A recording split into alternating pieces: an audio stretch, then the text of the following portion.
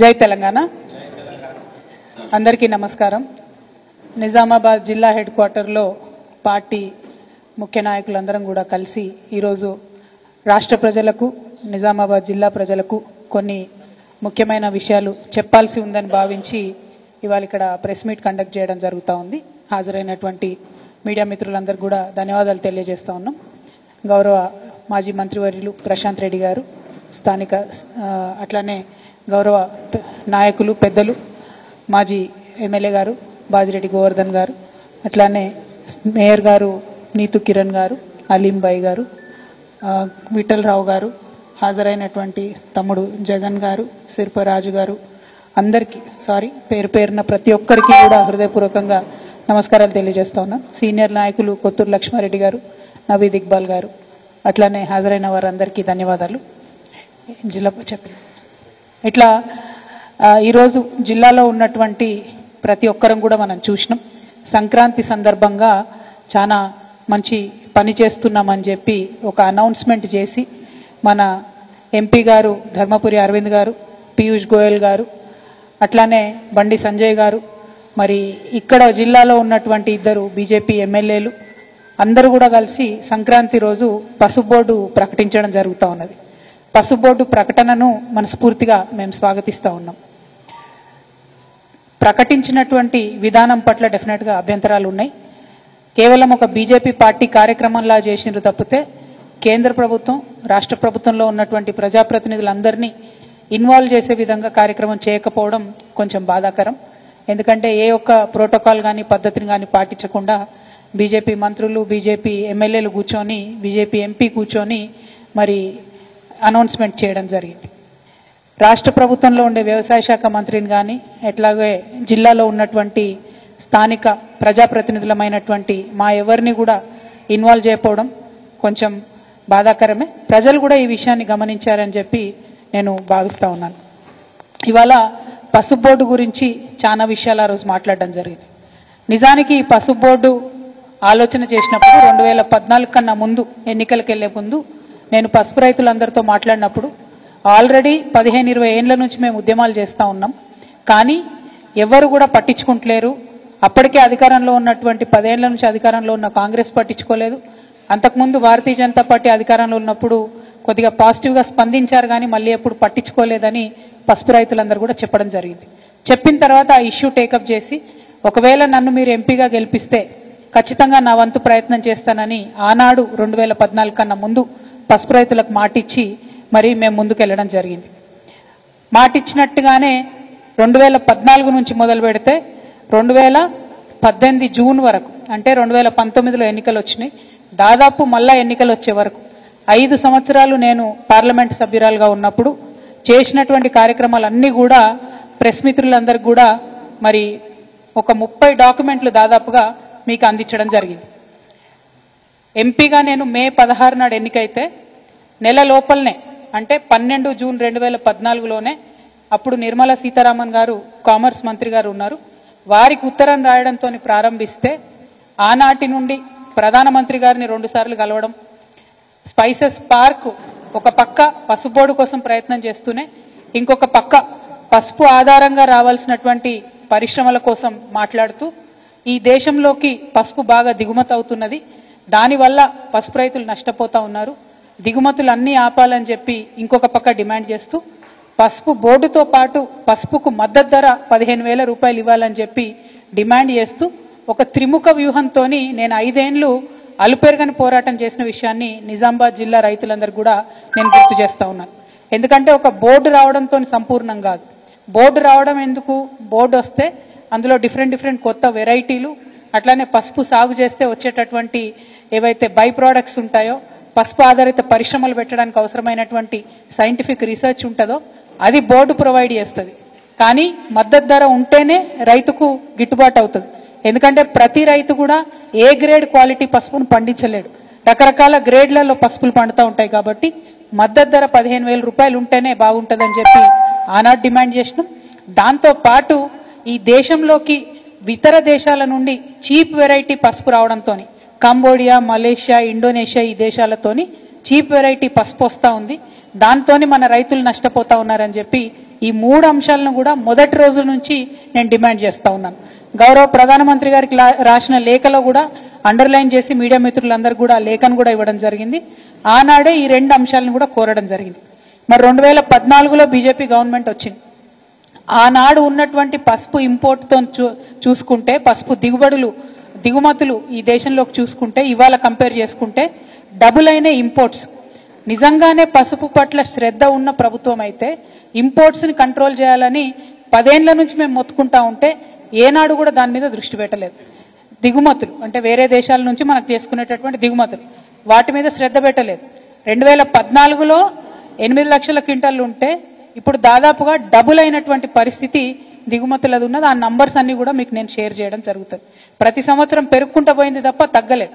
నిజంగా పసుపు మీద శ్రద్ధ పెట్టేటటువంటి వాళ్ళైతే పాలిటిక్స్ కోసం పసుపు బోర్డు కాకపోతే పసుపు దిగుమతులను వెంటనే కంట్రోల్ చేయాలని చెప్పి నేను భారతీయ జనతా పార్టీని డిమాండ్ చేస్తా ఉన్నాను. రెండవది, మీరు నిజంగానే పాలిటిక్స్ కోసం ఏదో కంటి తుడుపుగా పసుపు బోర్డు ఏర్పాటు చేసిన వాళ్ళు కాకపోతే పసుపు బోర్డుతో పాటు ఇమీడియట్గా పసుపుకు మద్దతు ధర 15,000 రూపాయలు ఇవ్వాలని చెప్పి కూడా నేను డిమాండ్ చేస్తా ఉన్నాను. మరి గౌరవ ఎంపీ గారు అనేక మాటలు మాట్లాడింది. ఆయనకు అలవాటే వెకిల్ మాటలు మాట్లాడడం, ఆయనకు అలవాటే బాధ్యత రాహిత్యంగా మాట్లాడడం.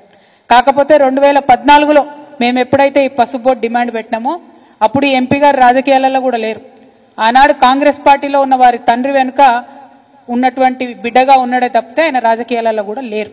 2019లో పోటీ చేసినప్పుడు బాండ్ పేపర్ రాసిచ్చి 5 రోజులలో పసుపు బోర్డు తీసుకొస్తామని చెప్పిండ్రు. ఆ తర్వాత ఏం చేసిండ్రు, పసుపు బోర్డు కాదు స్పైసెస్ బోర్డే చాలా బాగుంటుంది అని చెప్పడం జరిగింది. మరి ఈ స్పైసెస్ బోర్డు కూడా ఈ ఎంపీ గారు తీసుకొచ్చిండ్రా? తీసుకురాలే.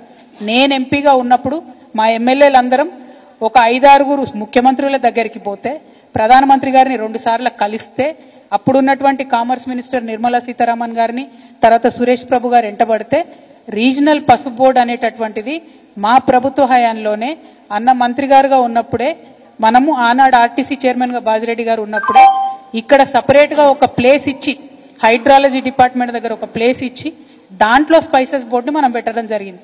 అది కూడా నా గొప్పతనమైన ఇవాళ అరవింద్ గారు మాట్లాడడం నిజంగా హాస్యాస్పదం. ఇంకో మాట ఏమన్నాడు ఆయన, స్పైసెస్ బోర్డు బెంజ్ కారు లాంటిది, పసుపు బోర్డు అంబాసిడర్ కారు లాంటిది. ఆనాడు అంబాసిడర్ కారు కోసం బాండ్ పేపర్ రాసిచ్చిన, కానీ మోడీ గారు నాకు బెంజ్ కారు ఇచ్చిండు ఆయన. కాబట్టి నిజామాబాద్ జిల్లా ప్రజలందరూ కూడా ఆనందంతో ఉత్సవాలు చేసుకోవాలని ఆనాడు చెప్పారు. మరి అలా పసుపు బోర్డు ఎందుకు ఇచ్చినట్టు? ఒకవేళ ఆల్రెడీ బెంజ్ కారు ఉంటే మళ్ళీ అంబాసిడర్ కారు ఎందుకు ఇచ్చినట్టు? అంటే ఈ వైరుధ్యం ఏంది? మీరు మాట్లాడే మాటలలో అన్ని వీడియో రికార్డ్స్ ఉన్నాయి. ఇవాళ రేపు నేను మాట్లాడలే మీరు తొండి అంటున్నారు అనడానికి కూడా లేదు. ఆయన ట్విట్టర్లోనే, ఆయన ఫేస్బుక్లోనే మొత్తం అన్ని వీడియోస్ కూడా ఉన్నాయి. ఏది, అరవింద్ గారు వేస్ట్, పసుపు బోర్డు కాలం అయిపోయింది, పసుపు బోర్డు కాలం చెల్లిపోయింది, పసుపు బోర్డుతో అయ్యేది లేదు పోయేది లేదు, కాబట్టే స్పైసెస్ బోర్డు చాలా బాగుందని ఆయన బాకా ఊదిన వీడియోలు అన్నీ కూడా ఉన్నాయి. మరి దాన్ని ఏమంటారు అన్నటువంటిది ఇవాళ బీజేపీ పార్టీ చెప్పాలి. ఎప్పటికప్పుడు ఆనాటి మందమే మాట్లాడి తప్పించుకొని తిరుగుదామంటే ప్రజలు ప్రతి ఒక్క విషయాన్ని గమనిస్తారన్న విషయం రాజకీయాల్లో ఉన్న ప్రతి ఒక్కరం కూడా చూసుకోవాలి. హుందాగా మాట్లాడాలి. మీరు పసుపు బోర్డు తీసుకొచ్చారు, సంతోషం, వెల్కమ్ చేస్తున్నాం. చాలా సంవత్సరాల డిమాండ్, మంచిది, ఇబ్బంది లేదు.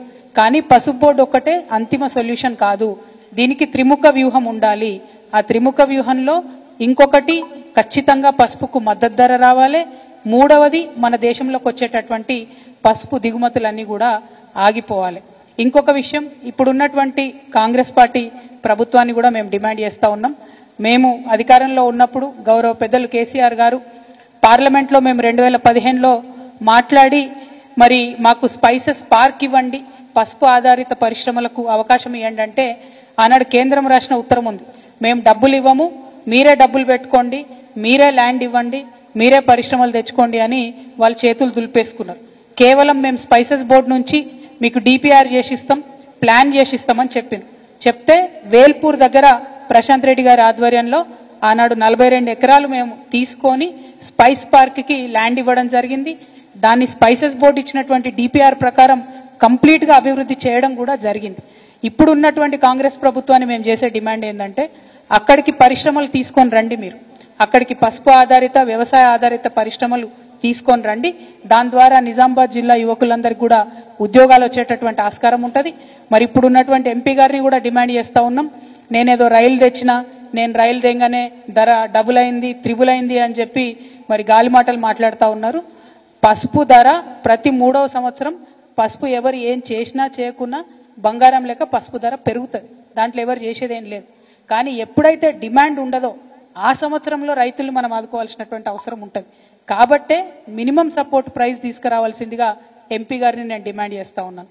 అట్లానే జక్రాన్పల్లిలో అన్న పెద్దన్న బాజిరెడ్డి అన్న గారి ఆధ్వర్యంలో 800 ఎకరాల భూమిని మేము సేకరించి కంప్లీట్గా ఎయిర్పోర్ట్కి సూటబుల్ కండిషన్స్ అన్నీ కూడా క్రియేట్ చేసి దానికి మా ప్రభుత్వం నుంచి లేఖ కూడా రాసినాం. కేసీఆర్ గారు ముఖ్యమంత్రిగా ఉన్నప్పుడే ఎన్ఓసి కూడా రావడం జరిగింది దానికోసం. మరి ఇప్పుడు అక్కడ ఎయిర్పోర్ట్ తీసుకొని రావాల్సిందిగా ఎంపీ ధర్మపురి అరవింద్ గారిని నేను డిమాండ్ చేస్తూ ఉన్నా. ఎయిర్పోర్ట్ వస్తే పసుపు బాగుపడుతుంది, రైలు వస్తే పసుపు బాగుపడుతుంది అని అనేక మాటలు నిన్న తను ప్రెస్ మీట్లో చెప్పిండ్రు. వెల్కమ్ చేస్తూ ఉన్నాం మీ థింకింగ్ ప్రాసెస్ని. కానీ వాటిని పరిపూర్ణం చేయండి.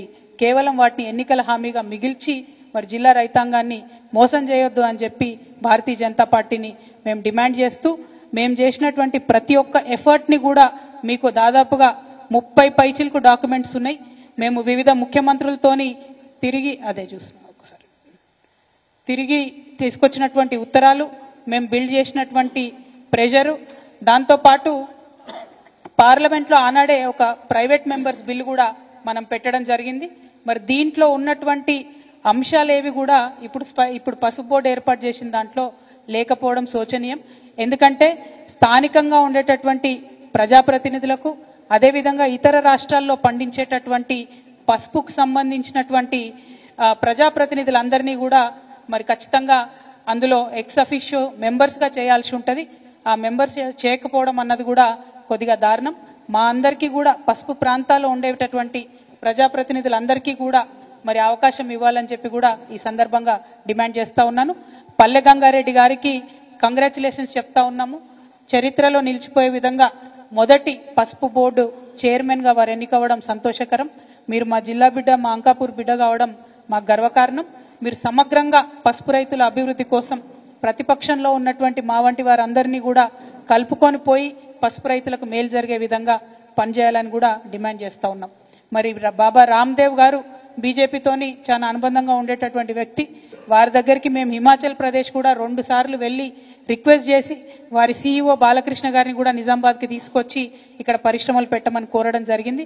పెట్టడానికి సుముఖంగా ఉన్నట్టుగానే చెప్పి చివరి నిమిషంలో ఎందుకో వారు మళ్ళీ పెట్టలేకపోయినారు. మరి ఆ విషయాన్ని కూడా పర్సూ చేయవలసిందిగా మేము గౌరవ ఎంపీ గారిని కోరుతా ఉన్నాం.